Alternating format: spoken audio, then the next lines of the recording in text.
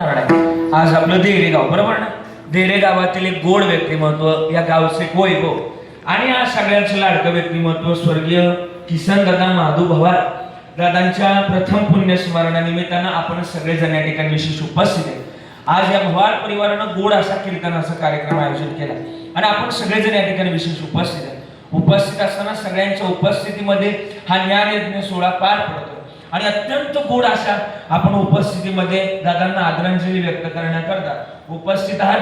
खरं तर विशेषतः बाबांच्या खरं तर सगळ्यांच्या बाबांच्या पुण्यस्मरणानिमित्तानं आपण सगळेजण या ठिकाणी विशेष उपस्थित आहे. दादांमागे मोठा परिवार आहे, त्यामध्ये बाबांची दोनही मुलं, त्यामध्ये अशोक दादा आहे बरोबर ना, आणि मला वाटतं त्यामध्ये रुक्मिणी ताई अशी दोनही मुलं बरोबर ना, एक ताई आणि एक दादा असे दोघं जण आहेत. अशोक दादांचा आमच्या मैत्रीचा संबंध बऱ्याच दिवसाचा, त्या माध्यमातून मला ही सेवा करण्याचा योग मिळाला. आदरणीय रुक्मिणी ताई असतील, बाबांमागे दोन भाऊ आहेत, एक भाऊ आहे आणि एक बहीण आहे, त्यामध्ये कशरू दादा असतील आणि तानाका असतील, हे दोनही जण असतील. त्यामध्ये या परिवाराचे जावई ज्ञानदेव गांगले असतील. नातवांचा सुद्धा मोठा परिवार आहे, त्यामध्ये सतीश दादा, निलेश दादा, नितीन दादा, अमोल दादा आणि अश्विनी ताई असा मोठा परिवार. आणि या परिवाराने केलेला ज्ञानयज्ञ सोहळा आपण सगळेजण या ठिकाणी विशेष उपस्थित आहे. एक दोन बाजू मांडल्या शास्त्रानं. बाबा आवाज येतो माझा सगळ्यांपर्यंत, फक्त मान हलवत चालायचं म्हणजे मला कळणं ऐकायला येते. मग आपण शास्त्रामध्ये एक वर्णन केले, जी व्यक्त केली जाते त्याला कृतज्ञता म्हणावं. काय म्हणावं? कृतज्ञता. आणि जी व्यक्त केली जात नाही त्याला कृतज्ञ असं बोलावं. आज आपल्या वडिलांप्रती कृतज्ञता व्यक्त करण्याचा आमच्या अशोक दादांना आमच्या रुक्मिणीताईने प्रयत्न केला. मी धन्यवाद देणारा कोण? त्यांना आपले तुकोबाला धन्यवाद देतात. आपुल्या गीता पाठ असल्यानं बोलत चालायचं. जो असे जागता धन्य माता पिता तयाची आपुली कन्या पुत्र होती जे, आणि तयाचा हरेक वाढदेव. मी धन्यवाद देणारा कोण? तुकाराम महाराज धन्यवाद देतात आमच्या अशोक दादांना. द्यावे तेवढे धन्यवाद.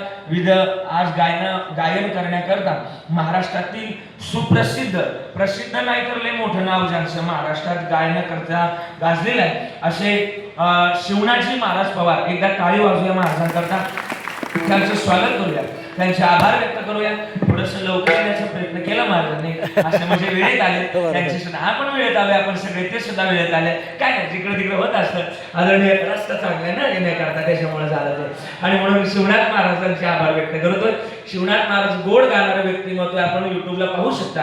त्यांचे हजारो मध्ये लाखो मध्ये मिलियन मध्ये व्ह्यूज आहेत. आदरणीय शिवनाथ महाराज, त्यांचे समेत आदरणीय निलेशजी महाराज आहे, त्यांचं सुद्धा मोठं नाव आहे. एकदा टाळी वाजवा त्यांच्याकरता. हे आमची ताई सुद्धा महाराजांचे, मला वाटतं आमच्या कोलार बरोबर ना, कोलारवरून आलेले सगळे विद्यार्थी माझ्या सगळ्या बहिणी आहेत, गोड गातात. त्यांनी सुद्धा गोड टाळ वाजवले. गोड मला वाटतं आपले किसन बाबा यांच्या संस्थेतनी मी नाव वाजवायला, म्हणजे आपल्या कार्यक्रमाला मी नाव वाजवायला बाबा असायचे. एकदा त्यांच्याकरता सगळ्यांकरता टाळ्या वाजवा, त्यांचे आभार व्यक्त करतो. इकडून हार्मोनियम वाजवण्याकरता सुद्धा अत्यंत गोड हार्मोनियम वाजवणारे व्यक्तिमत्व आदरणीय तात्या असतील, त्यांचे आभार व्यक्त करतोय. पखावज वाजवण्याकरता आपल्या नगर जिल्ह्याचं वैभव आहे. आणि नगर जिल्ह्यात एवढी रत्न आहेत आपल्याला माहिती नाही, पण एवढं गोड महाराष्ट्रात नाव आहे असे अनिलजी महाराष्ट्र पुढे घुरसे. एकदा त्यांच्याकरता टाळी वाजूया, त्यांचे आभार.